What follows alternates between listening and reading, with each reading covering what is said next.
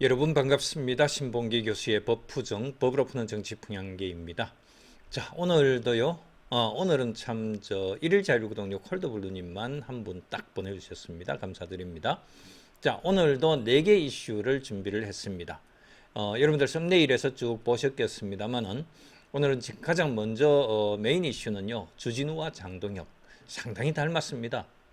두 법조인의 묘하게 닮은 사건부터 한번 열어보려고 합니다. 하나는요, 수사 과정에서 뭔가 의혹스러운 게 의혹이 있고, 또 다른 하나는 재판 과정에서 또 역시 의혹이 등장합니다.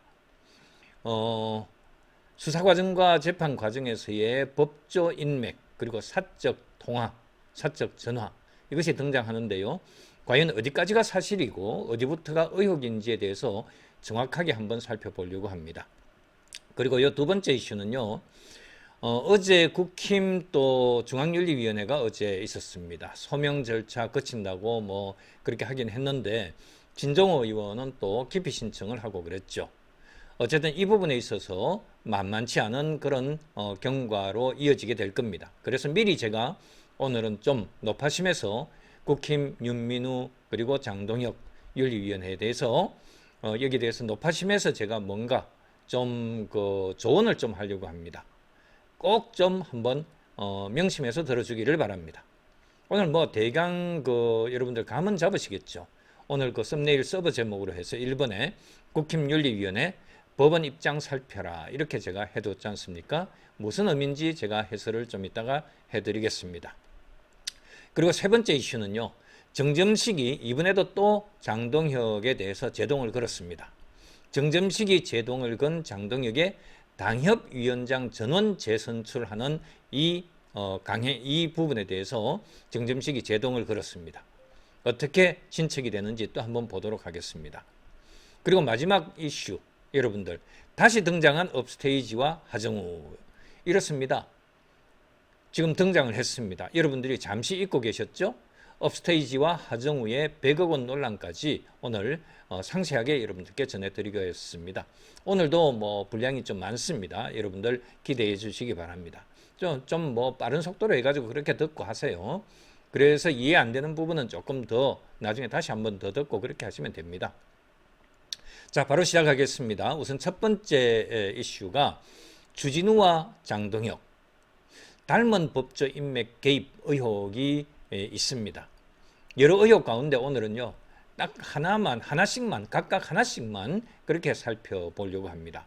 앞으로 계속 이어서 비슷한 꼴, 닮은 꼴 이런 것들에 대해서 계속 또 이 사람들이 변하지 않으면 계속 이어가겠습니다. 자, 주진우는요. 박수종 전 검사 사건 상당히 본인도 꺼리는 그런 얘기가 나오는 것이 꺼려지는 그런 사건입니다. 그리고 또 장동혁은 판사 시절에 전관 변호사에 대한 보석 청탁 사건입니다. 뭐 퇴직 하루 전날 전격적으로 보석 청탁을 수용을 해서 보석시켜 준 것이죠. 거기에 뭐 몇 억이 오가고 했다는 것이죠. 장동혁이 뭐 그 돈을 직접적으로 받았다는 것이 아니라 보석을 성공시킨 그 법조인, 그 사람이 전관 변호사, 그 사람이 몇 억을 받았다는 거 아닙니까? 그런 의혹들이 뭐 그냥 넘어가지는 않을 것 같습니다. 다른 사건들에 대해서는 나중에 하나씩 더 살펴보겠습니다. 오늘은 이 두 사건에 대해서만 제대로 한번 까볼게요. 자, 두 사건은 겉으로는 전혀 달라 보입니다. 하나는 검찰 수사죠. 또 다른 하나는 형사 재판입니다. 그런데 우리가 법을 전공하는 사람들 눈에서 보면은 이 구조는 너무나 묘하게 닮았습니다. 법조계 내부 인맥을 동원을 하고 사건 진행 중에 사적 접촉이 이루어지고요. 그리고 공식 절차 밖에 또 전화통화가 많이 오가고 당사자에게 유리한 결과가 마지막에 그렇게 결과가 나오게 되고 그리고 사후에 나는 실제로 개입하지 않았다는 이런 해명까지 너무나 구도가 똑같습니다. 먼저 주진우 의원에 대해서 한번 살펴보겠습니다. 박수종은 검사 출신 변호사였습니다. 금융범죄 혐의로 검찰 수사를 받고 있던 당시 주진우의 위치가 중요합니다. 단순한 전직 검사가 아니었습니다. 주진우는. 검사 출신 청와대 민정수석실 행정관으로 젊었을 때 들어갔던 사건이죠. 검찰과 사정기관을 가까이서 다루는 대통령 권력 핵심부에 있었습니다. 바로 그 시기에 박수종과 주진우 사이에 전화가 65번, 그리고 문자 13회, 총 78회, 78차례 연락이 있었던 사실이 확인이 됐습니다. 1심과 항소심 모두 두 사람의 연락 시기와 빈도가 박수종 변호사에 대한 수사 진행과 관련성을 보이는 그런 측면이 있다는 사실 자체는 법원에서도 인정을 했습니다. 이 사건의 핵심은요, 단순히 78번이나 전화했다 하는 거, 이게 지금 핵심이 아니에요. 왜 금융범죄 수사를 받는 검사 출신 변호사와 검사 출신 청와대 민정수석실 행정관의 연락이 수사 진행 시기와 왜 이렇게 딱 맞물렸느냐라고 하는 것입니다. 이것은 일반적인 친구 사이의 안부 전화라고 치부하기에는 상당히 민감한 그런 상황입니다. 오히려 저는요, 당시에 그 주진우는 현직 검사가 아니었다는 이런 말로 해서 의혹이 약해진다고 이렇게 보지 않습니다. 저는 오히려 반대로 봅니다. 왜요? 검찰 조직을 잘 아는 검사 출신이면서 청와대 민정 라인에 들어가 있는 이런 권력의 심장부에 있는 그런 주진우가 78번, 78차례의 문자, 메시지 이런 것들을 통화를 했다는 거 아닙니까? 담당 검사보다 직접 수사권은 없지만은요, 검찰 조직에 대한 현실적 접근력과 영향력에 대한 의심은 더 커질 수밖에 없습니다. 법원도 이 점을 가볍게 보지 않았죠. 그래서 법원 1심에서도 연락 시기와 빈도가 박수종 수사 일정과 일정한 관련성을 나타내고 있고, 또 관련 수사의 공정성에 의심을 불러일으킬 수 있는 정황이라고 판단해서 주진우의 정정보도 청구를 받아들이지 않았습니다. 관련성을 인정을 사실상 법원에서도 했다는 것이죠. 항소심 판단은 조금 또 달랐습니다. 연락과 수사 진행 사이의 관련성은 인정하면서도 주진우가 실제로 수사에 개입하거나 수사 무마를 위해서 외압을 행사했다고 볼 신빙성 있는 자료는 충분하지 않다, 이렇게 해서 주진우 측의 일부 정정보도 청구를 받아들였습니다. 그런데 2023년도에 대법원이 이 판단을 다시 파기환송을 시켜버렸습니다. 주진우에게 불리한 것이죠. 대법원은 뉴스타파라고 하는 그 유튜브 방송이 있죠. 뉴스타파의 수사 개입 외압 표현을 통화 자료 등에 근거한 평가 또는 의견 표명으로 볼 여지가 있다고 판단했고, 즉 주진우에게 불리하게 판단을 했습니다. 뉴스타파의 그 보도에 대해서 뉴스타파 쪽에 힘을 실어줬습니다. 그리고 또 주진우가 보도 내용에 허위성을 입증해야 한다는 정정보도 법리도 강조를 했습니다. 허위성 입증을 제대로 못한 것이죠. 여기서 정확하게 선을 긋겠습니다. 저는요, 대법원이 주진우의 그 수사 외압을 인정한 것은 아닙니다. 그러나 반대로 주진우와 박수종의 연락은 수사와 아무 관계도 없는 것으로 법원이 확인했다고 이렇게 단정할 수도 없습니다. 결국 78회, 78번의 연락과 그 시점에 관한 의무는 여전히 지금도 남아 있습니다. 그래서 저는 주진우 의원에게 제가 여전히 갖고 있는 의문입니다. 질문 좀 하겠습니다. 수사받던 박수종 전 검사와 왜 그렇게 많이 연락을 하게 됐습니까? 왜 그 연락이 수사 진행 시기와 맞물렸습니까? 그리고 도대체 무슨 이야기를 했습니까? 지금도 의혹을 받고 있는 사안입니다. 이것은요, 범죄자 취급을 제가 주진우 의원에 대해서 범죄자 취급을 하고자 하는 것이 아닙니다. 검사 출신 권력기관 공직자에게 당연히 요구되는 설명 책임이라고 할 수 있겠습니다. 이 사건 자체가 아직 완전히 종료가 됐는지 아직까지 그 부분에 있어서는 제가 좀 더 살펴보겠습니다. 자, 이제 다음으로 장동혁 대표 장징계에 대해서 한번 살펴보려고 합니다. 여러분들도 잘 아시는 보석 청탁 관련 사건입니다. 이 사건은요, 주진우 사건보다 사법 절차와의 연결이 훨씬 직접적입니다. 당시 장동혁은 광주지법의 부장판사였고, 문제가 된 건설업자 서모 씨의 형사사건을 자신이 직접 담당하는 재판장이었습니다. 건설업자가 구속 기소되자 판사 출신 전관 변호사들이 움직였습니다. 판결문에 따르면은요, 그 사건에 관한 판결문에 따르면은 담당 재판장이 장동혁으로 정해지자 광주의 서모 변호사는 장동혁과 과거 함께 근무한 윤모 변호사를 섭외를 했고, 윤 변호사가 장동혁과 술과 밥을 함께하는 친분이 있다는 사실이 보석 전략의 핵심으로 활용됐습니다. 판결부 내용에 있는 그 사실을 제가 옮겨서 말씀드리는 것입니다. 그리고 돈이 등장합니다.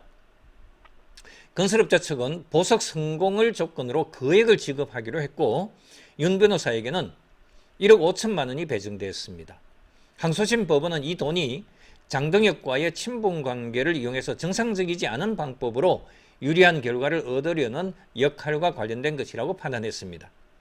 더 심각한 것은요, 이 윤 변호사라는 사람이 사건에 정상적으로 선임계를 제출하지 않고 움직였다는 점입니다. 그런데 2019년 12월 20일 장동혁 판사의 개인 휴대전화로 직접 전화해서 건설업자 사건의 기록을 잘 살펴봐 달라는 취지로 말을 했습니다. 장동혁 역시 이후에 법정에서 이 전화 자체는 인정을 했습니다. 이게 모두 다 판결문에 있는 내용이에요. 그 전 일주일에는 윤 변호사와 장동혁이 포함된 사적 모임도 있었습니다. 항소심 판결문에는 두 사람이 월별 골프 모임 단체 대화방에 함께 들어가 있었던 사실까지 적시됐습니다. 즉 단순히 과거에 같은 법원에서 근무했었다는 이런 수준을 넘어서 실제 그 현재도 그 당시에도 사적 교류 정황까지 판결문에 등장을 합니다. 그리고 결과가 이제 결국 나오죠. 언제? 2020년 1월 14일에 그 결과가 나옵니다. 그날 판결이 나오죠. 보석 허가 결정이 나옵니다. 장동혁 재판부가 건설업자의 보석을 허가를 합니다.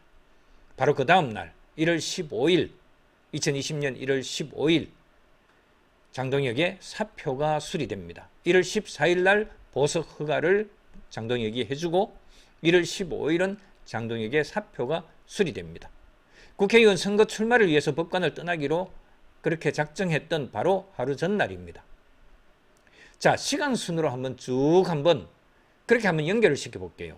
자, 구속 피고인이 있고, 그 다음에 정관 변호사를 섭외를 했고, 그 다음에 담당 재판장과의 장동혁인 장당 재판장과의 친분을 활용을 했고, 그 다음에 억대 금품 약정 수수를 했고, 선임계 없는 변론을 이어갔고, 장동혁에게 또 직접 전화를 했고, 또 사건을 잘 살펴봐 달라는 부탁이 있었던 것으로 그렇게 보여지고, 실제 보석 허가가 자기 사퇴하는 법관직 사퇴하는 바로 전날 1월 14일 날 2020년 1월 14일 날 실제 보석 허가가 이루어졌고, 바로 다음 날 장동혁의 퇴직이 이루어졌다. 자, 여러분, 이 정도면은 정말 매우 강한 의심이 생기는 것 너무나 자연스럽지 않습니까? 자, 이제 중요한 업데이트입니다. 이 정관 변호사들의 범죄는 더 이상 의혹이 아닙니다. 2025년 10월 30일 대법원에서 상고 기각했습니다. 아까 로비를 했던 윤 변호사는 징역 1년 6개월. 그리고 또 제일 처음에 그 변호사인 서 변호사는 징역 1년. 이렇게 해서 유죄가 확정됐습니다. 항소심 재판부의 표현도 매우 강하게 그렇게 판결을 했습니다. 재판부는요, 법관 경력과 담당 판사와의 연고, 친분을 부정하게 이용해서 거액을 받는 행태가 국민에게 유전무죄, 무전유죄의 좌절감을 안기고 또 사법부 신뢰를 근본적으로 훼손한다는 이런 취지로 질타를 했습니다. 당사자를 질타를 했는데요. 물론 장동혁은 거기에서 쏙 미꾸라지처럼 빠져나갔습니다. 대법원도 이 판단을 유지를 했습니다.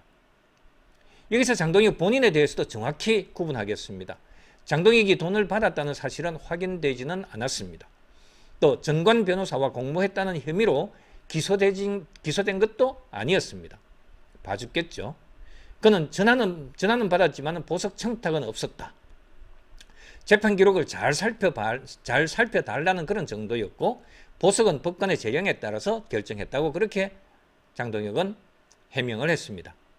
본래요, 법관들 사이에 이런 관계에 있어서는요, 법원 검찰에 있어서는요, 누구 사건, 그 사람 사건 한번 잘 꼼꼼히 한번 들여다봐 달라 이렇게 하는 거 이게 로비입니다. 이게 로비하는 거예요. 일반적으로 로비할 때 그렇게 합니다. 자, 그런데 이것이 여기서 사건이 끝난 것이 아니에요. 전관 변호사들의 대법원 유죄 확정 이후에 시민단체 등에서 장동혁을 고발을 했습니다. 2025년 11월 불과 얼마 전입니다. 공수처가 판사 시절의 사건 청탁 의혹을 수사부서에 배당을 했습니다. 공수처에서. 따라서 현재 장동혁 본인의 책임 문제는 유죄 확정 단계가 아니고 다시 수사기관의 검증 대상이 돼 있는 그런 상태다. 이렇게 여러분들 알고 계시면 되겠습니다. 지금 공수처에서 장동혁에 대해서 수사를 개시를 했다. 이렇게 보시면 되겠습니다. 저는 이 사건에서 형사 책임보다 먼저 사법윤리와 외관상의 공정성을 묻고 싶습니다. 판사는 실제로 공정하기만 하면 되는 사람이 아닙니다. 국민이 보기에 공정하다는 신뢰까지 지켜야 하는 사람입니다. 자기 사건을 두고 친한 정관 변호사가 개인 전화로 접근하는 순간부터 훨씬 엄격하게 선을 그어야 합니다.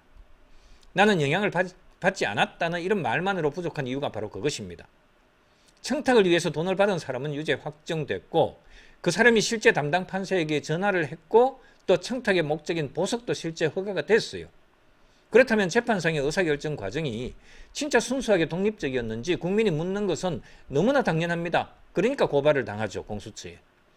자, 이제 누굽니까? 주진우하고 장동혁과 이 두 사건 같이 한번 보겠습니다. 얼마나 이것이 닮았는지요.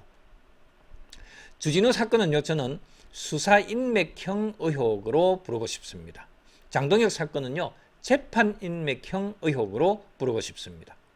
하나는 검사 출신 청와대 민정라인과 또 수사받는 전관 검사 사이의 접촉이었고 또 다른 하나는요, 전관 판사와 현직 담당 판사 사이의 접촉이었습니다. 공통점의 첫 번째는요, 사건이 진행 중이었다는 것입니다. 사건이 모두 끝난 뒤에 술 한잔하고 전화한 얘기가 아니에요. 박수종은 검찰 수사를 받고 있었고 건설업자는 구속 상태에서 재판과 보석 절차가 진행되고 있었습니다.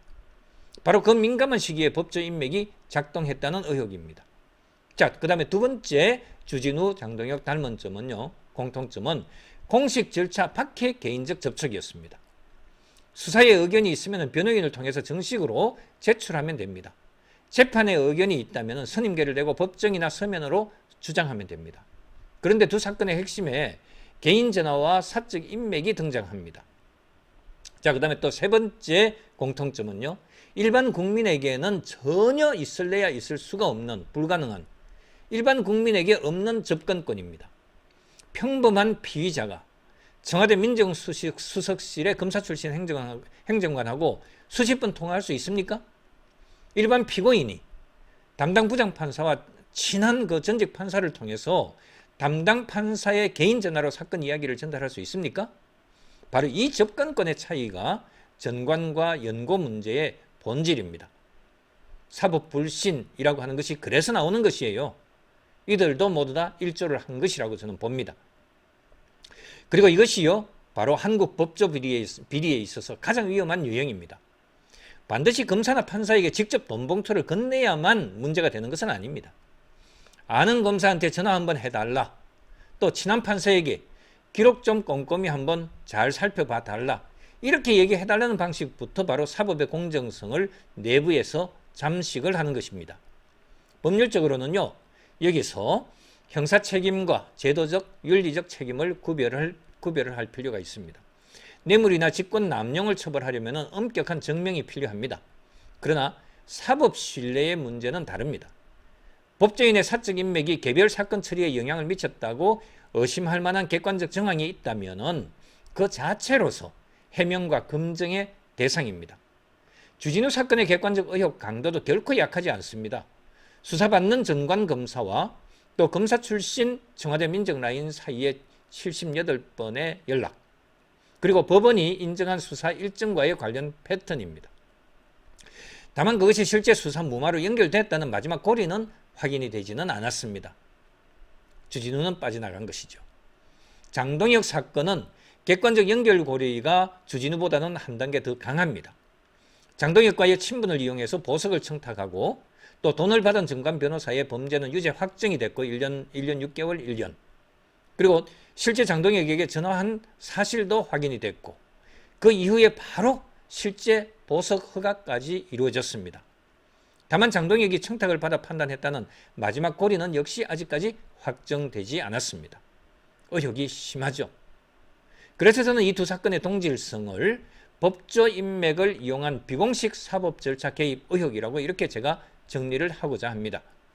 검사와 판사는 사건을 기록과 법률로 처리해야 합니다. 그런데 기록 밖에서 사람이 움직이고 인맥이 움직이고 또 전화가 움직이기 시작하면은요, 법치가 아니라 아는 사람의 힘이 작동한다는 의심을 피할 수가 없습니다.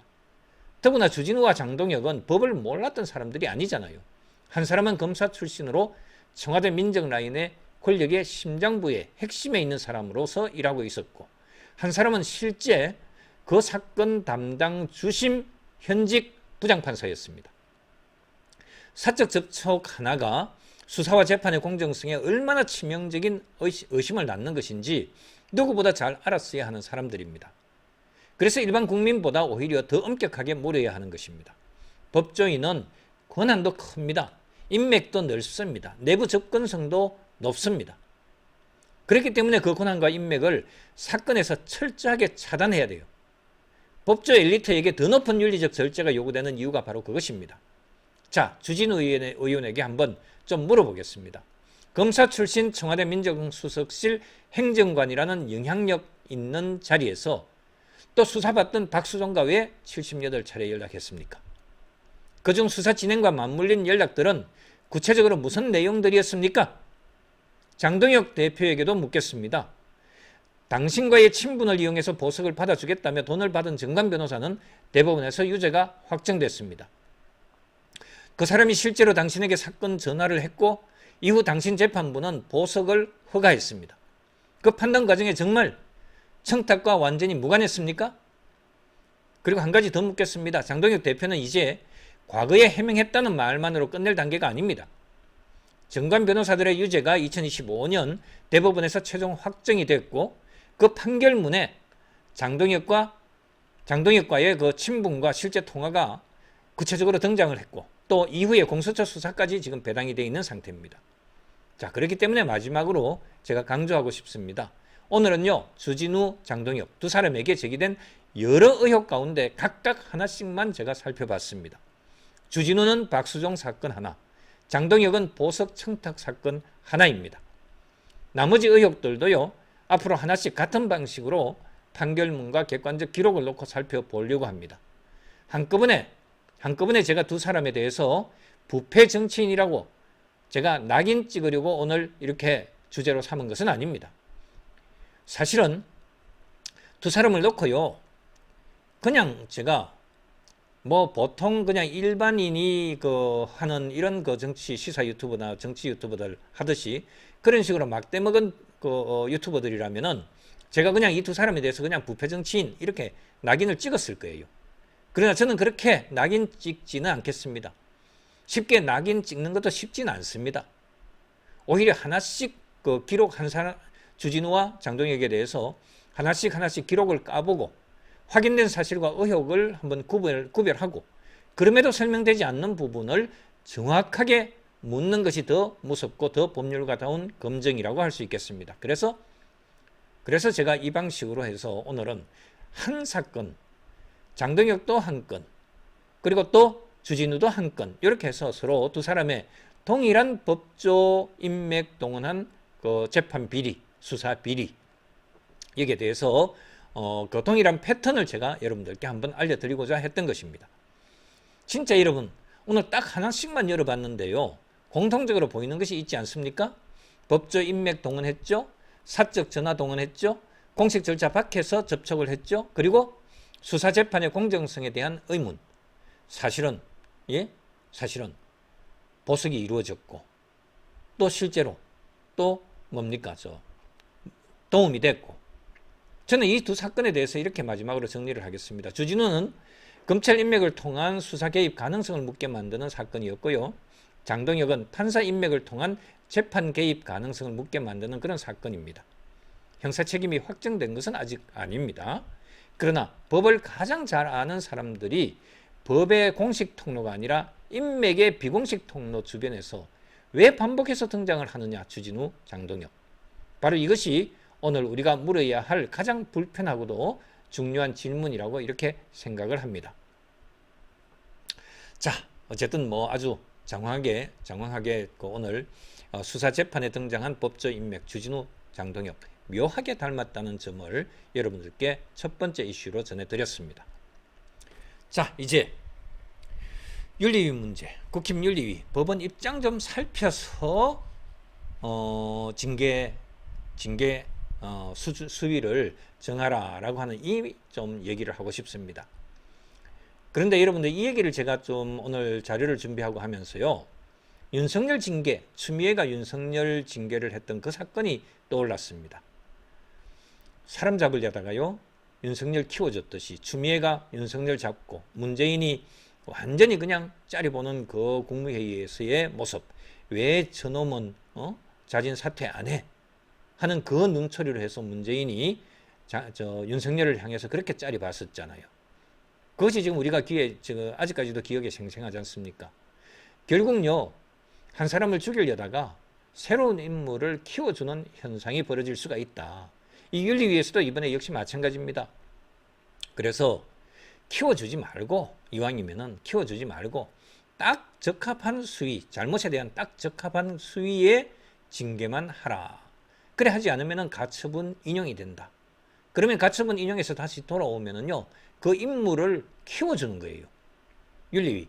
그것을 왜 하나만 알고 둘은 모릅니까? 그 얘기를 오늘 좀 하려고 합니다. 윤민우 윤리위에 오늘 제가 정말 아주 친절하게 얘기를 좀 하려고 해요. 징계하고 싶으나 해라. 그런데 너무 욕심내지는 마라. 이 얘기를 좀 하고 싶습니다. 이건 대단히 지금 이거 좀 높아심에서 지금 조언하는 겁니다.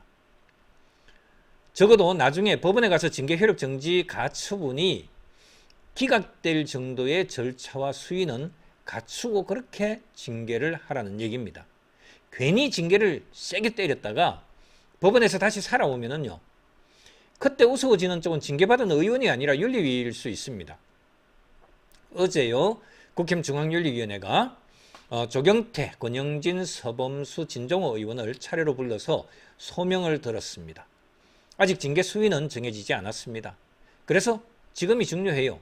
윤리위가 마지막으로 적정선을 지킬 기회가 남아있다고 하는 것 때문에 아직까지 기회가 있다고 생각을 합니다. 저는 징계 자체를 반대하지는 않습니다. 잘못했으면 책임을 물어야죠. 다만 행위와 책임에 맞게 비례적으로 해야 된다는 것입니다. 그것을 제가 강조하는 것입니다. 제가 현재까지 공개된 사실만 놓고 그렇게 제가 이 네 사람에 대한 그 징계 적정선, 어느 정도 징계가 적정하냐라고 하는 이 부분에 대해서 제가 미리 말씀을 드린다면요, 이렇습니다. 조경태 의원에 대해서는 당원권 정지 한 2개월 정도, 그리고 권영진 의원에 대해서는 그냥 경고, 서범수 의원에 대해서는 주의, 진종호 의원에 대해서도 경고, 이 정도면 충분합니다. 이 정도라면은요, 당도 책임을 물었다고 할 수 있고 당사자들도 충분한 경고 차원의 징계를 받았다고 봅니다. 무엇보다 법원이 보더라도 정당 내부의 자율적 징계권 범위로 존중할 가능성이 높다고 저는 봐요. 이 정도 징계하면 법원에서 가처분 신청하더라도 인용하지 않을 겁니다. 조경태 의원이 당에서 결정한 국회 부의장 후보를 다른 당 의원들에게 떨어뜨려 달라는 취지로 요구했다면 그것은 잘못이죠. 자기 당 결정을 외부 힘으로 뒤집으려 했다는 그 비판은 받을 만해요. 그래서 당원권 정지 2개월 정도면 충분합니다. 그런데 이것이 2개월 정도가 아니라 6개월이나 1년, 2년 이런 식으로 해가지고 올라가게 되면은 그 순간부터 잘못의 책임이 아니라 정치적 보복이 아니냐는 이런 의심이 커집니다. 그렇게 되면은요, 조경태 의원에 대해서는 국힘 후보로는 2028년 총선에 출마도 못합니다. 무소속으로 출마하는 방법밖에 없어요. 탈당해야 되죠. 자, 권영진 의원에 대해서도요, 상임위 배정 문제로 해서 정점식 원내대표와 충돌하는 과정에서 물리적 행동을 했다면 잘못입니다. 본인이 그렇게나 사과하고 사죄하고 그렇게 했지 않습니까? 권영진 의원이 정점식 원내대표와의 관계에 있어서 정치적 의견이 다르다고 몸부터 쓰는 것은 적절하지 않았습니다. 그러나 그렇다고 바로 당원권 정지까지 갈 사안인지는 별개의 문제입니다. 경고 정도면 책임을 묻고도 남습니다. 징계는 세게 할수록 좋은 것이 아니라 정확할수록 좋은 것입니다. 다음에 또 서범수 의원의 돌려차기 발언도 부적절했습니다. 피해자가 존재하는 그 강력 범죄를 농담 소재로 삼은 것은 분명히 신중하지 못했습니다. 그러나 그 이후에 사과가 있었고 피해자 본인도 선처를 수차례 요청했습니다. 선처 요청 편지를 보내고 공개하고 그렇게 선처해달라고 호소를 했습니다. 자, 그 정도라면은요. 그 정도라면 서범수 의원에 대해서는 주의 정도면 충분합니다. 피해자가 선처를 호소하는데 원하는데 윤리위가 더 화를 내면서 중징계한다면 오히려 그게 더 이상한 그림이 됩니다. 진종호 의원은 또 돌려차기 발언과 부산 북구가 보궐선거에서 당시 무소속 한동훈 후보를 지원했다는 문제가 함께 제기됐습니다. 당규 위반이면 책임을 물으면 됩니다. 다만 어느 당규를 어떤 행위로 위반했는지 정확하게 특정해야 합니다. 한동훈을 도왔다는 정치적 인상만으로 괘씸죄를 얹어서 중징계해서는 안 됩니다. 그래서 진종호 의원 역시 저는 경고 정도가 적정하다고 봅니다. 이 정도면은요, 잘못을 지적하고도 충분히 잘못을 지적하고 책임도 물은 것이라고 봐요. 그런데 진종호 의원에 대해서 당원권 정지 6개월 1년으로 올라가게 되면은 언론 제목은 뻔합니다. 한동훈 도운 진종호 중징계했다. 이렇게 해가지고 완전히 지금 진종호를요 키워주는 거예요. 그 순간 윤리위가 스스로 친한계 숙청이라고 하는 정치적 프레임을 완성시켜주는 그런 꼴이 됩니다. 더구나 진종호 의원은요 윤리위원 기피 신청까지 했습니다. 이것은요 단순한 정치적 항의가 아니라 당규상 인정된 절차라면 먼저 처리해야 할 문제입니다. 또 당헌 당규의 그 윤리위원회 규정에 기피 신청에 관한 재책 기피 회피에 관한 규정을 명시적으로 두고 있습니다. 법에 있는 규정, 그것을 그대로 권리를 행사했을 뿐이에요. 기피 신청을 적법하게 판단한 뒤에 본안으로 가야 합니다. 이 절차를 대충 넘기고 무시를 하고 전혀 문제없다. 기피 신청 기각. 이런 식으로 하고 바로 중징계부터 미리 붙이면은 나중에 가처분해서 윤리위가 스스로 절차적 공격 포인트를 스스로 만들어주는 것이라고 할 수 있을 겁니다. 자, 윤리위원 명단 문제도 마찬가지입니다. 진종호 의원 측은요, 미리 윤리위원 명단을 알아야지 기피 신청도 하고 이렇게 하는 것인데 왜 미리 안 주냐. 그렇게 하니까 윤리위원회에서 그랬대요. 들어와서 명패 보고 확인해라. 근데 그 사람이 나에 대해서 무슨 소리, 무슨 입장인지, 무슨 과거에 발언을 했는지 이거 확인해 봐야 될 거 아닙니까? 어떤 스탠스에 있는 사람인지, 미리 예단을 어떤 식으로 악감정을 가지고 있는 사람인지 그걸 알아야지 기피 신청을 하죠.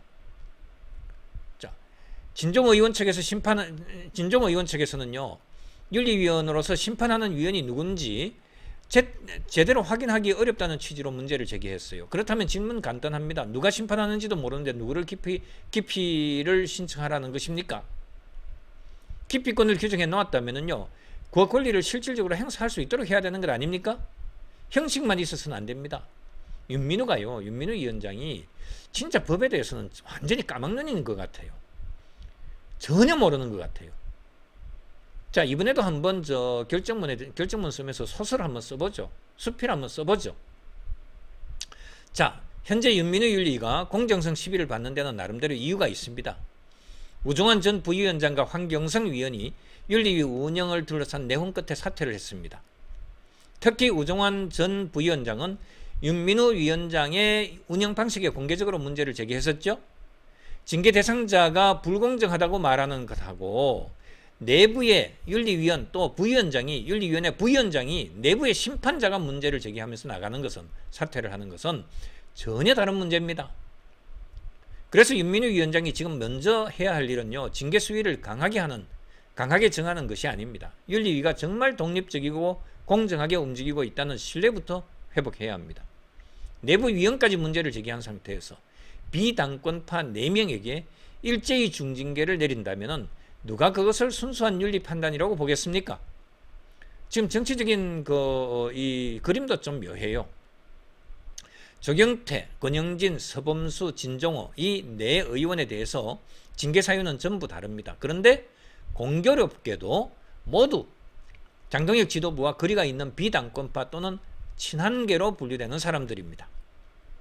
저는요, 장동혁, 장징계가 윤리위에 직접 지시했다고 제가 단정은 하지 않겠습니다. 의혹은 뭐 상당히 강합니다만은 그런 사실이 또 확인되지도 않았습니다. 그러나 결과가 계속 한쪽으로만 향하면은 비당권파, 친한계, 중징계로 이렇게 윤리위 회부 이런 식으로 해가지고 한쪽으로만 계속 향하면은 의심은 커질 수밖에 없지 않습니까? 국민은 이렇게 묻죠. 왜 장동혁에게 미운털 박힌 사람들만 줄줄이 윤리위에 회부가 되느냐? 바로 이런 질문을 하게 만든 책임도 윤리위원회에 있습니다. 정말 독립기관이라면요, 독립적으로 행동하는 모습을 보여주면 됩니다. 장동혁계든 친한계든 같은 잣대를 적용하면 됩니다. 윤리위에는 계파가 없어야 합니다. 그렇기 때문에 제가 오늘 이진숙 얘기를 하지 않을 수가 없습니다. 이진숙 의원 사건, 심각한 사건입니다. 5.18 관련 발언 논란으로 책임당원 수천 명이 3,700 몇십 명이 중앙윤리위원회에 제소를 했습니다. 제가 이진숙 의원을 무조건 중징계하라고 요구하는 것이 아닙니다. 주의든 경고든 징계 사유 없음이든 절차를 밟아서 윤리위원회에서 그냥 주의 정도 경고 정도 이렇게라도 하라는 얘기예요. 그런데 왜 장동혁이는 하지 말라고 아예 윤리위원회 회부 자체를 막아버립니까? 비당권파에는 현미경을 들이대고 다른 쪽에는 돋보기를 내려놓는다는 이런 인상을 주면 안 되는 거예요. 그리고 징계 수위를 논의하면서 저는요, 하나가 진짜 반드시 떠올려야 할 사건 하나가 있습니다. 아까 제가 미리 처음에 오프닝 멘트 하면서 제가 말씀을 드렸던 겁니다. 여러분, 2020년 추미애가 법무부 장관으로 들어왔었죠. 그때 추미애 법무부 장관이 윤석열 검찰총장 사이에 징계 다툼이 있었던 거 여러분들 기억납니까? 당시에는요, 윤석열 총장, 검찰총장은 윤 총장을요, 당장에 검찰총장 자리에서 끌어내릴 듯이 나라가 들썩거리지 않았습니까? 그러나 최종 징계는 정직 2개월이었고 윤석열 총장은 즉시 징계 취소 소송과 함께 집행정지를 신청했습니다. 어떤 결과가 나왔습니까, 여러분? 정직 2개월, 정직 2개월 징계 처분, 거기에 대해서 가처분 신청을 했는데 불과 8일 만에 2020년 12월 24일 날 법원이 집행정지를 인용을 했어요. 윤석열 총장은 검찰총장 자리로 복귀했습니다. 여러분들 참고로요, 윤석열 당시 검찰총장은 공무원이기 때문에 집행정지 행정소송법에 따른 집행정지 결정을 하는 것입니다.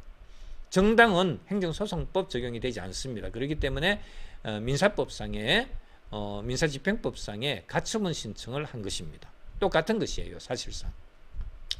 자, 그래서 윤 총장은 검찰총장 자리로 복귀를 했죠.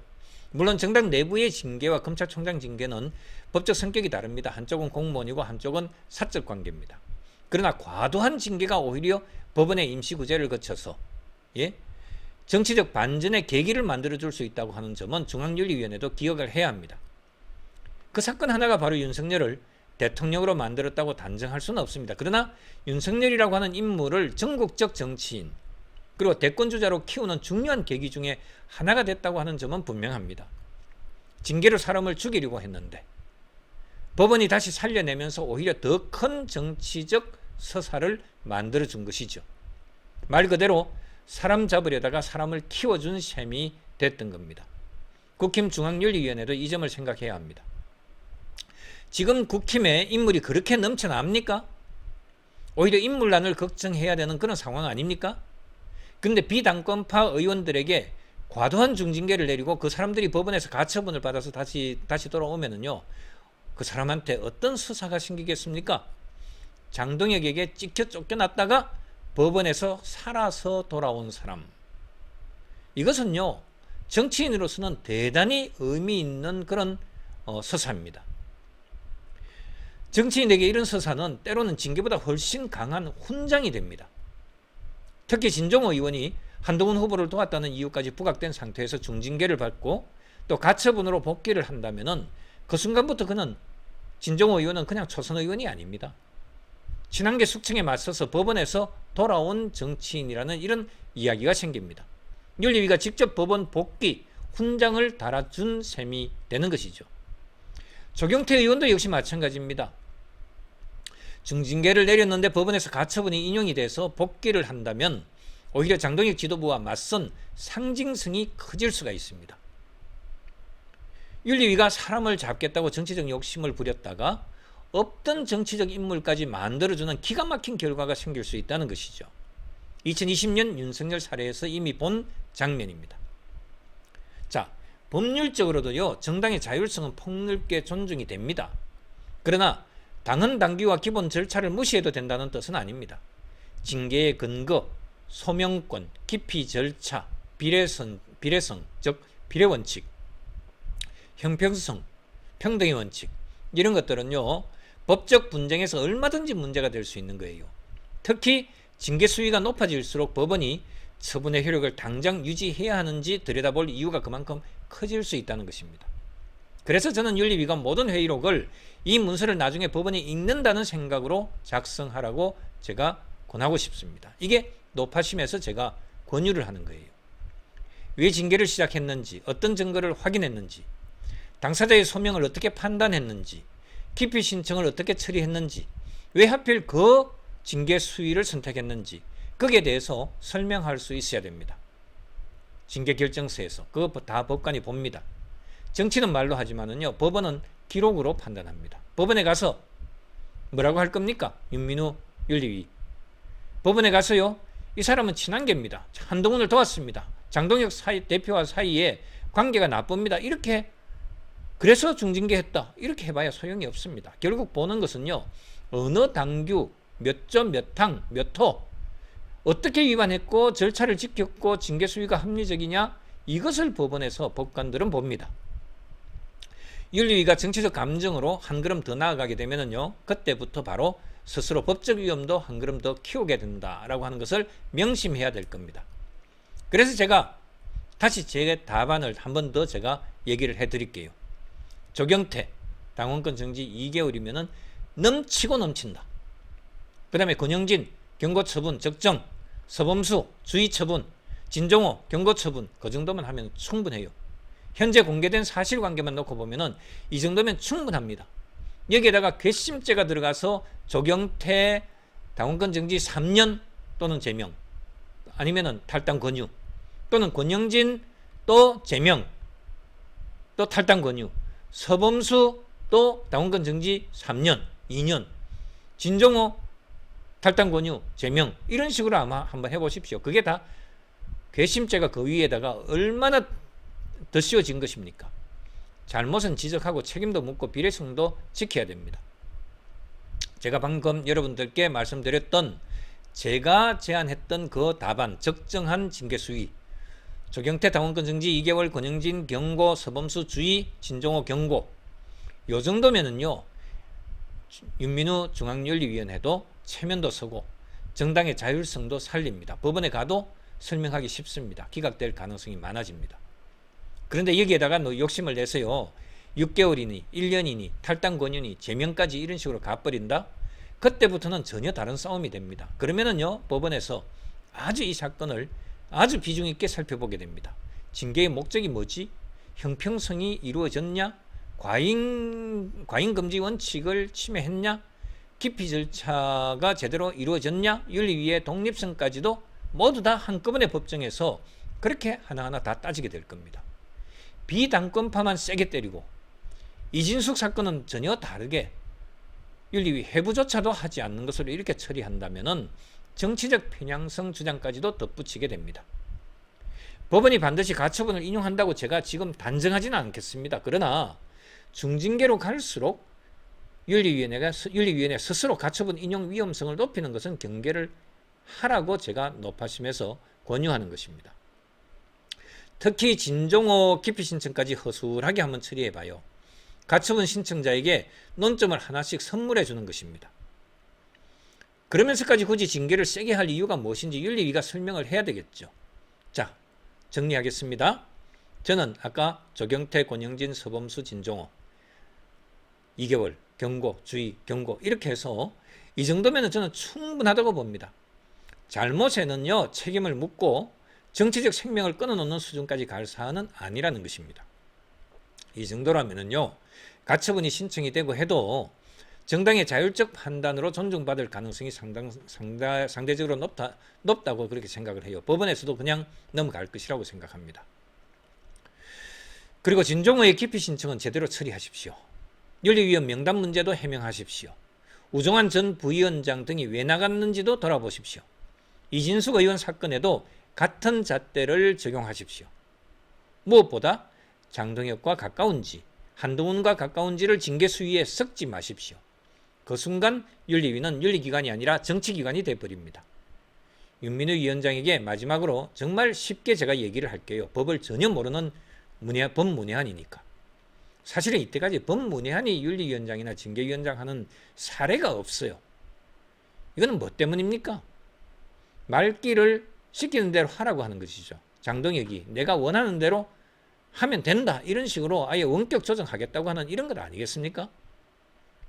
그러니까 윤민우 저 중앙윤리위원장에게 진짜 내가 얘기를 한마디 할게요. 적당히 해라.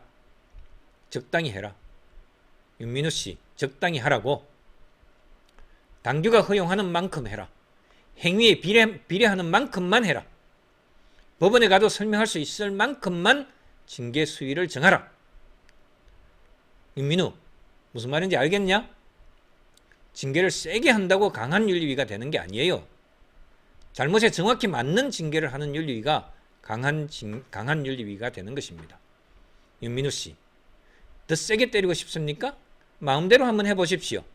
다만 나중에 법원에서 가처분이 인용이 돼서 징계한 사람들이 다시 돌아온다면 그때는 정치적 승자는 징계받은 사람들이 될 수도 있습니다. 윤리위가 장동혁 지도부의 새로운 경쟁자를 직접 키워주는 셈이 될 수도 있다는 것입니다. 자, 미리 말씀드린 바 있죠? 사람 잡으려다가 사람 키워주지 말라는 얘기하는 겁니다. 적당히 하라는 겁니다. 자, 또 장동혁 얘기를 하나 더 이슈로 하겠습니다. 아까 말씀드렸던 거죠? 무슨 주제였습니까? 장동혁 당협 강행 막아선 정점식. 장동혁이가요,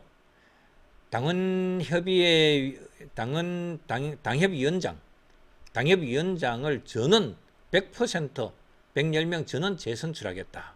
재선출 절차를 밟겠다. 이렇게 지금 그렇게 밀어붙이고 있습니다.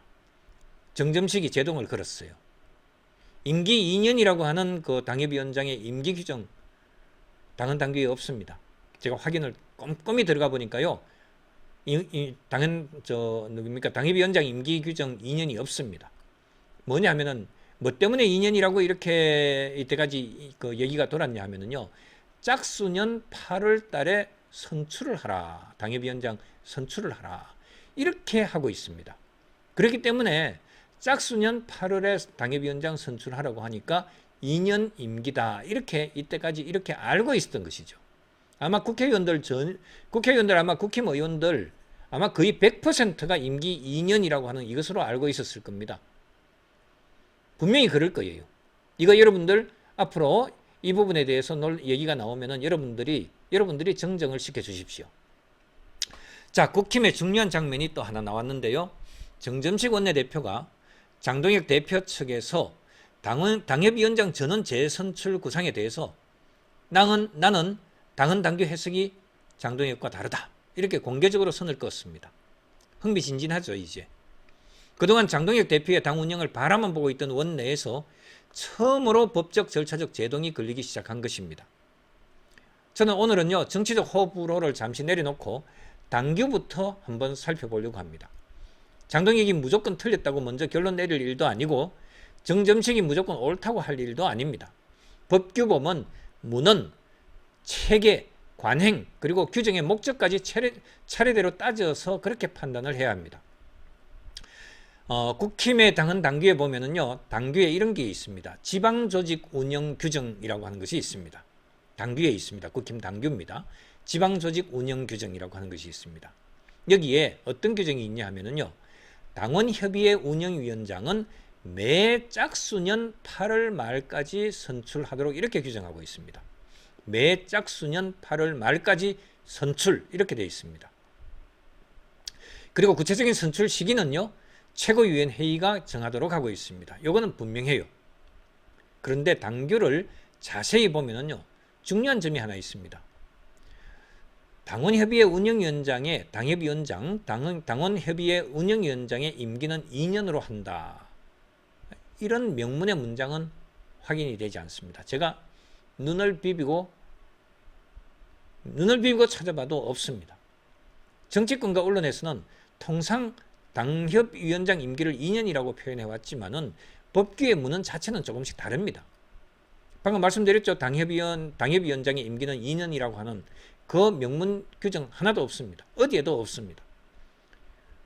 자, 그렇다고 해서 그것 때문에 없기 때문에 2년 임기라고 하는 말 자체가 틀렸다 이렇게 단정하기도 좀 애매하긴 해요. 왜냐하면은 짝수년마다 선출하도록 하는 이런 그런 구조를 가지고 있기 때문입니다. 그리고 또 지금까지의 운영 관행을 보면은 사실상 2년 주기로 임기제로 이해할 만한 그런 상당한 근거는 있었습니다. 그래서 이런 그 관행이라든지 또 짝수년마다 선출하도록 이렇게 해놓으니까 2년 단위라고 하는 이런 부분에 대해서 제가 부정할 생각은 없습니다. 그러나 법률가의 눈으로 보면은 이거는 똑같은 개념이 아닙니다. 당협위원장 임기가 2년이다 라고 하는 것하고 짝수년마다 선출하도록 한 이것하고 똑같은 문제가 아니라는 거예요. 이거는 차이가 있습니다. 자, 법적인 관점에서 이건 해석이 필요합니다. 법적인 관점에서 이 부분에 대해서 정확히 본다면요, 이렇습니다. 2년마다 선출한다는 것하고 또 각 당협위원장의 임기가 정확히 2년이고 8월 말이 되면 전국의 모든 위원장이 자동적으로 직을 잃는다는 것은 같은 말이 아니에요. 바로 이것이 이번에 논쟁의 핵심입니다. 똑바로 이거는 여러분들 어느 누구도 여기에 대해서 이것은 문제 제기할 만한 사람이 전혀 없을 거예요, 여러분. 어느 누구도. 제가 처음으로 이 부분에 대해서 문제를 짚을 겁니다. 모두 다 지금 당협위원장 임기가 2년이라고 생각을 하니까 또 8월 말로 이렇게 짝수년 8월 말까지 다시 선출한다 이 규정이 있으니까 여기에 맞춰가지고 모두 다 지금 이번 8월 말이 당협위원장 임기 끝이다. 이런 식으로 지금 생각을 하고 있는 것이 지금 대부분 제가 볼 때는 110명 국회의원들 전원이라고 저는 생각을 해요. 현재 당협위원장들의 임기가 곧 끝나고 전면적인 재선출 절차를 밟으면 된다. 그렇기 때문에 이런 식으로 지금 생각을 하고 있는 거죠. 이 해석에 아무런 근거가 없다고 말할 수는 없어요. 왜냐하면 관행적으로 그렇게 해왔으니까. 그런데요. 아까 지방 지방 조직 운영 규정 이 규정에 의하면은 이 규정에 의하면은요 한 단계 더 나아가서 판단을 해야 됩니다. 자, 이런 규정이 있기 때문에 그러므로 전국의 현직 당협위원장 지위가 8월 말에 일률적으로 자동 소멸된다. 이것이 아닙니다. 이렇게 해석하려면은 추가적인 법적 근거가 필요합니다. 선출 시기를 정한 규정하고 당년 퇴직 효과를 발생시키는 임기 규정은 법적으로 구별될 수 있기 때문입니다. 만약요 당규에 운영위원장의 임기는 2년으로 한다 또는 임기 만료와 동시에 그 직을 상실한다 이렇게 명시적으로 분명하게 규정이 돼 있다면은 논쟁은 쉬워요.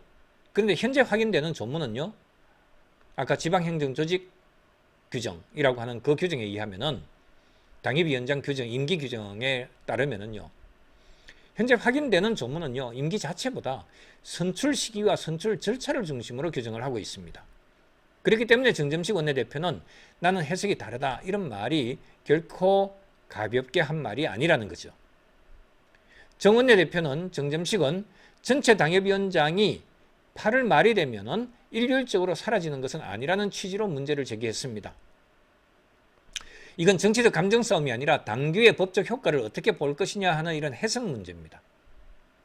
정점식 해석이 맞습니다. 장동혁 해석은 틀렸습니다. 명시적으로 확실하게 틀렸습니다. 임기 2년 규정 없습니다. 임기 2년 만료되면은 직을 상실한다. 운영위원장, 당협위원장 직을 상실한다. 이런 규정 전혀 없습니다.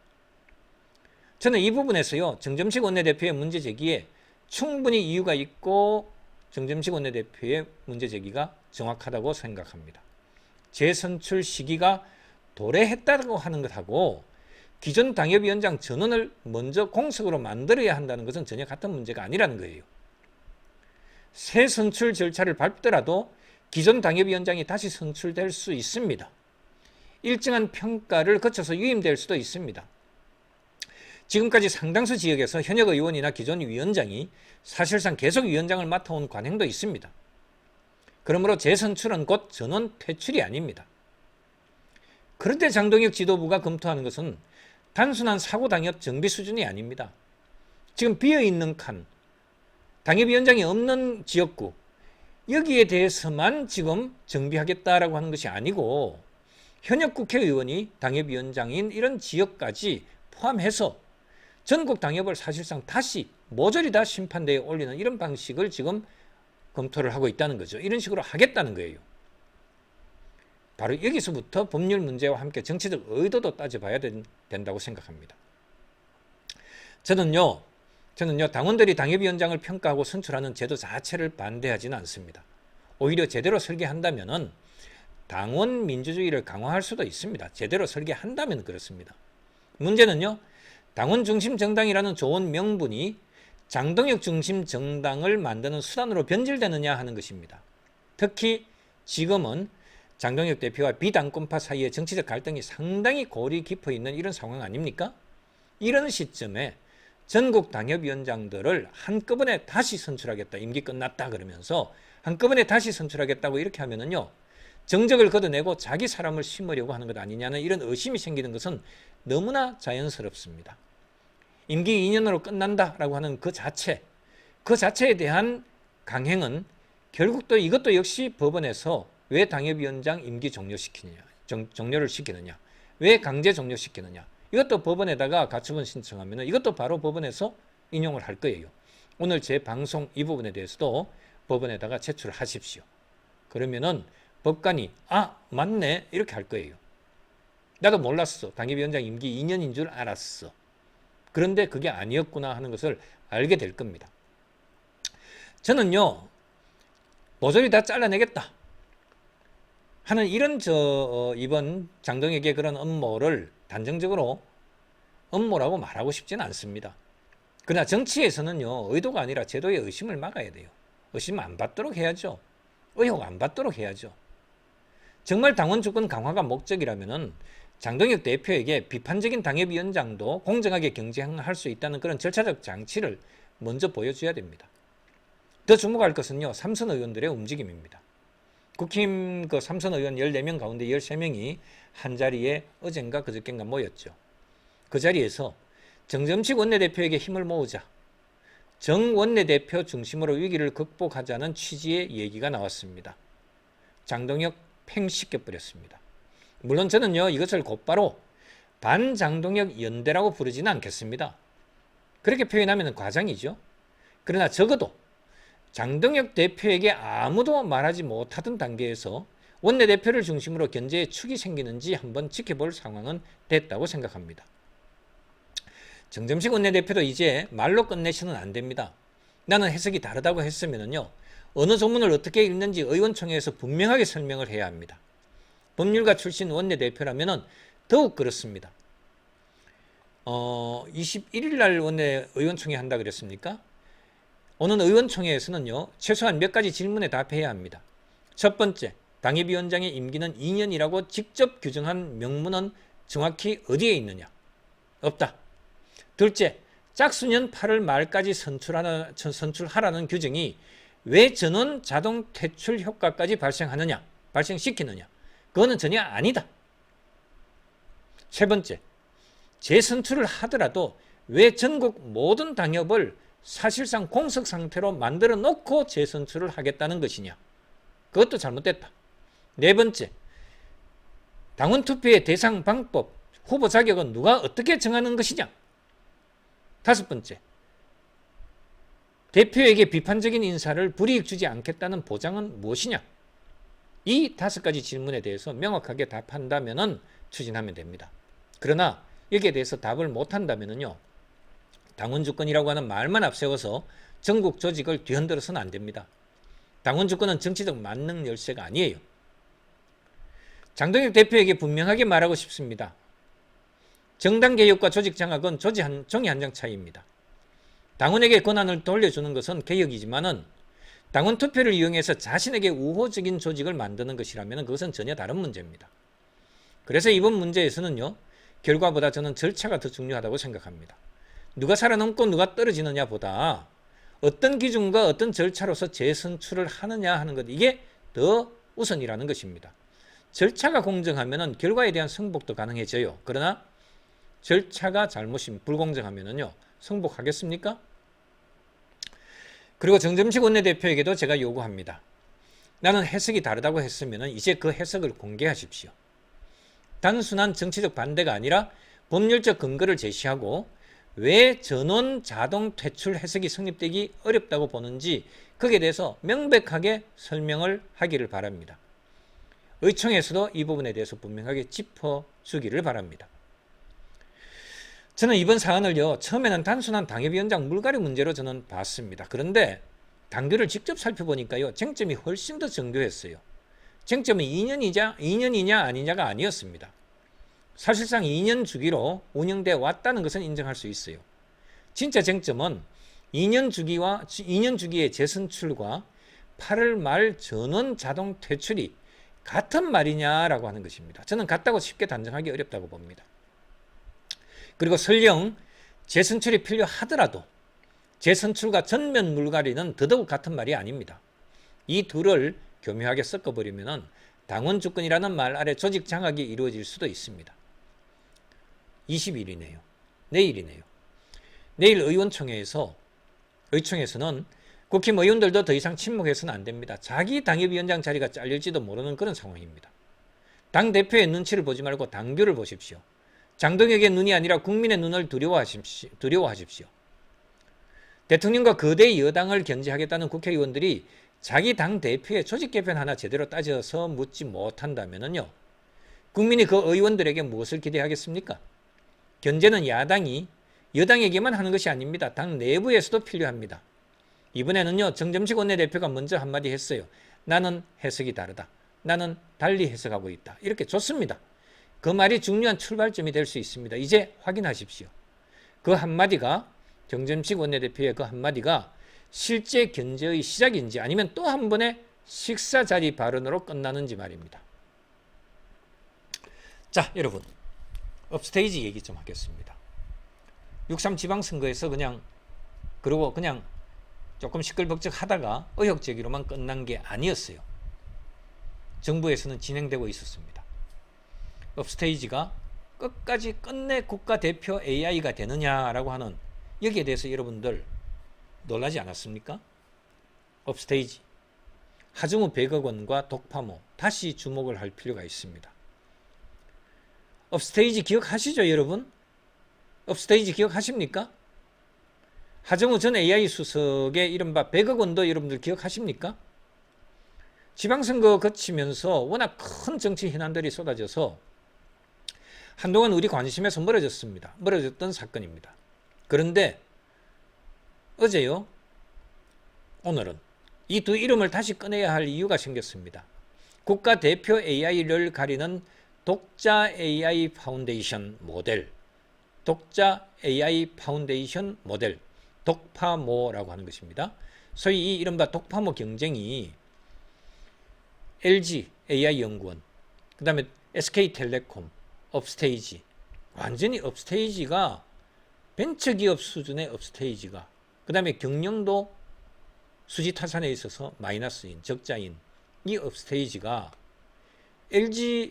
LG와 SK텔레콤하고 똑같은 자리에 지금 3자 경합을 하고 있어요. 놀랍죠, 여러분? 도대체 업스테이지가 어떤 기업이기에? 이제 이 세 개 팀으로 압축이 됐습니다. 모티브라고 하는 회사가 한 경쟁사가 탈락을 했어요. 업스테이지는 국내 굴지의 대기업들과 함께 마지막 경쟁을 벌이게 됐습니다. 저는요, 먼저 분명하게 선을 긋겠습니다. 업스테이지가 올라왔다고 제가 단정적으로 특혜가 있었다는 뜻으로 이렇게 제가 말하는 것은 아닙니다. 그런데 의혹은 있습니다, 솔직히. 기술력이 좋아서 올라왔을 수도 있고 정당한 평가 결과일 수도 있을 겁니다. 오늘 저는요, 불법도 특혜도 단정하려고 제가 말씀드리는 것은 아닙니다. 다만 우리가 몇 달 전부터 제기했던 그 질문까지 다 소멸되고 사라진 것은 아니라고 하는 점, 그것 때문에 제가 오늘 다시 한 번 더 여러분들께 이것을 짚어드리려고 하는 것입니다. 법부정에서는요, 이미 여러 차례 하정우, 업스테이지, 김성훈, 네이버 AI 라인 이 관계에 대해서 다뤄왔죠. 여기서 당시 네이버 대표였고 지금은 국무총리가 된 한성수까지 등장합니다. 같은 직장에서 일했고 서로 알고 지냈다는 것이 문제라는 얘기는 아닙니다. 국가 AI 정책과 경제적 이해관계가 만나는 지점이 바로 문제가 될 수 있기 때문입니다. 특히 하정우 전 AI 수석에게는 업스테이지 주식 보유 처분을 둘러싼 논란이 제기됐습니다. 대통령실에서는 대한민국 AI 정책을 다루는 핵심 인물이 특정 AI 기업의 경제적 이해관계가 연결된 전력이 있었다면 실제 특혜 여부와 별개로 이해충돌 관리가 제대로 이루어졌는지 검증을 해야 하고 했어야 합니다. 그리고 우리가 당시부터 계속 물었던 숫자가 있습니다. 바로 100억 원이었죠. 하정우 전 수석이 공직에 가면서 100억 원가량을 포기했다는 취지의 발언을 했었죠. 어디 그 식사 자리에서, 식사 봉사하는 자리에서 제가 100억 원 손해보고 온 거 아닙니까? 100억 원 벌 수 있었는데 100억 원 손해보고 AI 수석한 것 아닙니까? 이런 식으로 얘기했던 거, 그게 덜커덕 걸렸어요. 그게 도대체 100억 원이 어디에서 계산이 되는 것일까? 주식 하나 100원으로 해가지고, 예? 1만 개에 1000만 원 가지고 이렇게 했었는데 444만 원밖에 안 돼요. 자, 어쨌든 그게 어떻게 100억 원으로 바뀔까? 또 숨겨놓은 주식이 또 있는가? 여러 가지를 한번 생각해 볼 필요가 있습니다. 현재 주식 가치였습니까? 그 100억 원이 장래 기업 가치를 계산한 것입니까? 지금 저 독파모 3자 경선으로 해서 업스테이지가 지금 저렇게 등판한 거, 마지막 LG하고 SK텔레콤하고 업스테이지 이렇게 경합이 된 것 그 자체만 하더라도 업스테이지 주식은 이미 벌써 한 20-30만 원 가 있을 거예요. 자, 스톡옵션이나 다른 권리가 또 별도로 있었습니까? 혹시 업스테이지가 크게 성장할 경우 예상되는 미래가치까지 포함한 금액이 100억 원이었습니까? 제가 의혹을 사실로 만들자는 것은 아닙니다. 그래서 오히려 당사자가 자료와 숫자로 설명하면 돼요. 그런데 몇 달 지나서 오늘 업스테이지가 정말 국가대표 AI 최종 경쟁권까지 지금 올라왔습니다. 3자 경합까지 올라왔습니다. 하나만 탈락하면은 2개로 최종 확정입니다. 그러니까 저는요, 자연스럽게 그 100억 원이라고 하는 것이 다시 떠오릅니다. 기억이 그냥 100억 원이라고 하는 것이 눈에 앞에 바로 탁 앞에 드러났어요. 자, 당시 거론됐던 미래가치가 무엇을 전제로 계산되었는지, 그리고 지금쯤 다시 한번 물어볼 이유가 생긴 겁니다. 한성수 국무총리와의 관계도 마찬가지입니다. 한 총리는 네이버 대표 출신이죠. 하정우 전 수석은 네이버의 AI 센터장이었습니다. 업스테이지 김성훈 대표 역시 네이버 AI의 그 하정우 상관 출신이었습니다. 전직 네이버 출신입니다. 한성숙, 하정우, 김성훈, 업스테이지 이 연결 자체가 잘못은 아니지만은 검증할 이유는 충분하다고 저는 봅니다. 국가는 AI 산업에 막대한 예산과 GPU, 거의 GPU가 뭐 한 5천만 원 내지 1억 정도 이렇게 한계가 해당이 된다 그러죠. 그 다음에 정책금융과 각종 지원을 투입하고 있습니다. AI 산업에. 따라서 어느 기업이 선정됐느냐만 볼 일이 아닙니다. 누가 어떤 기준으로 평가했고 또 어떤 기업이 왜 살아남았는지를 국민에게 설명해 줄 수 있어야 합니다. 국가대표를 뽑는 사업이라면 그 정도 투명성은 당연한 것 아니겠습니까? 평가 기준과 배점을 공개할 수 있는 범위까지 공개하십시오. 평가위원회 구성과 이해충돌 방지 절차도 설명하십시오. 이미 우리가 이 부분에 대해서 상세하게 검토해서 여러분들께 여러 차례 말씀을 드렸던 바가 있습니다. 업스테이지가 LG와 SK텔레콤을 상대로 어떤 부분에서 높은 평가를 받았는지도 밝히면 됩니다. 실력으로 올라왔다면 투명한 공개야말로 업스테이지를 보호하는 가장 좋은 방법일 겁니다. 그래서 저는 오늘 AI 게이트가 터졌다고 말하지는 않겠습니다. 아직 그렇게 단정할 근거가 없습니다. 그러나 몇 달 전 법부정에서 제기했던 질문들이 다시 살아나고 있다는 것은 분명합니다. 업스테이지가 국가대표 AI에 가까워지면 가까워질수록 오히려 그 과정은 더 투명하게 검증돼야 한다는 사실입니다. 그리고 시청자 여러분들께도 꼭 말씀드리고 싶습니다. 오늘 이 뉴스 듣고요. 정부가 밀어주는 AI 기업이다. 업스테이지 관련주가 뭐냐? 이렇게부터 찾아다니시면 안 됩니다. 정부가 특정 기업을 국가 AI 사업에 선정하는 것하고 개인의 주식 투자는 완전히 다른 문제입니다. 여러분들 잘못하다가 독박 쓰지 마십시오. 더구나 지금 업스테이지는요, 비상장 기업입니다. 기업 그 주식 하나에 100원 뭡니까? 1원이죠. 만주 100원이죠. 주식 하나에 100원으로 발행을 했습니다. 그래서 1000만 원으로 만주를 구했지 않습니까? 만주를 확보했지 않습니까? 하정우가. 그런데 지난번에 하정우가 6.3 지방선거 앞두고 그때 업스테이지가 부각이 됐을 때 100억 얘기가 나오고 했을 때 그때 장외에서요. 비상장으로서 장외에서 7만원 8만원 얘기했었습니다. 장외 거래 가격이요. 그런데 그것이 자꾸 주목을 받으면서 10만원 이상으로 뛰었습니다. 그리고 또 실제 거래 가격은 20만원 이상으로 그렇게 거래가 이루어진다. 이런 얘기까지도 돌고 했습니다. 그런데 지금은 어떻겠습니까? 이제 3등 안에 들어갔어요. 지금은 얼마로 비상장으로서 장외에서 얼마로 거래가 되고 있겠습니까? 이미 제가 볼 때는 벌써 이미 한 50만 원 이상 갔을 것 같아요. 그러면 정시에서는 온갖 기업이 업스테이지 관련주, 독파모 수혜주, 국가대표 AI 관련주 이런 식으로 이름이 엮일 수 있어요. AI라고 하는 두 글자와 정부 지원이라는 말만 믿고 여러분 뒤늦게 추격 매수를 한다? 그러면 가장 늦게 들어간 개인 투자자, 고점에서 물리는 이런 피해를 당할 수가 있습니다. AI는요, 대한민국이 반드시 키워야 할 산업입니다. 맞습니다, 그것은. 그러나 모든 AI 기업이 엔비디아가 되는 것도 아니고 또 국가 사업에 선정됐다고 해서 기업 가치가 무조건 폭등하는 것도 아닙니다. 여러분들 조심하십시오.